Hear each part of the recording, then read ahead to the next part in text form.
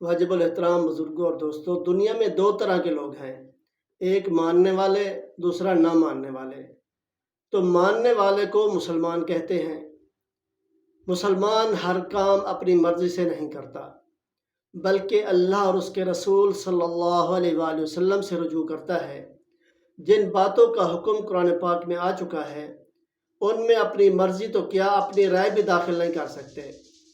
کوئی نئی بات یا نیا کام کوئی آ چکا ہے کہ کرنا ہے، تو قرآن اور سنت میں نہ ہو تو وہ علماء سے پوچھتا ہے، اور فقہ اسلامی کی روشنی میں یہ کام میں کیسے کروں؟ تو ان کو اللہ کا خوف ہوتا ہے، اللہ کا ڈر ہوتا ہے۔ وہ اللہ کے حکم کے بغیر یا قرآن و حدیث کے فرمان کے اس کے بغیر وہ کوئی کام نہیں کرتا، تو اس کو مسلمان کہتے ہیں۔ اور دوسرا ہے نام ماننے والا۔ تو نام ماننے والا وہ کافر ہے، جو اللہ کا انکار کر دیتا ہے، قرآن کا انکار کرتا ہے، یا اللہ کو تو مانتا ہے لیکن اللہ کا اس کو شریک بنا لیتا ہے۔ جیسے عیسائی ہیں، انہوں نے اللہ کا بیٹا بنا دیا، اور اسی طرح یہود و نصارہ ہیں، انہوں نے حضرت عیسیٰ علیہ السلام کو اللہ کا بیٹا بنا لیا۔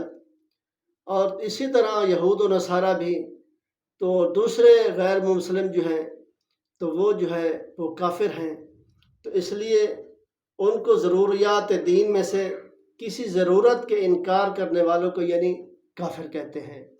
جو دین سے ہٹ جاتا ہے، اور دین کا انکار کرنا، جنت کا انکار کرنا، جہنم کا انکار کرنا، ملائکہ کا انکار کرنا، اور اسی طرح قیامت کے دن کا انکار کرنا، تو ان کو انکار کرنا انکار کرنے والے کو کافر کہتے ہیں۔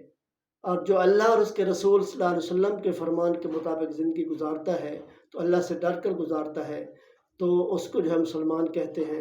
یہ دو طرح کے لوگ ہیں۔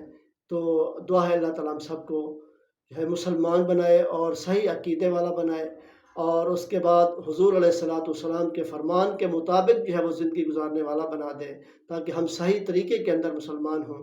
اللہ تعالیٰ عمل کی توفیق عطا فرمائے۔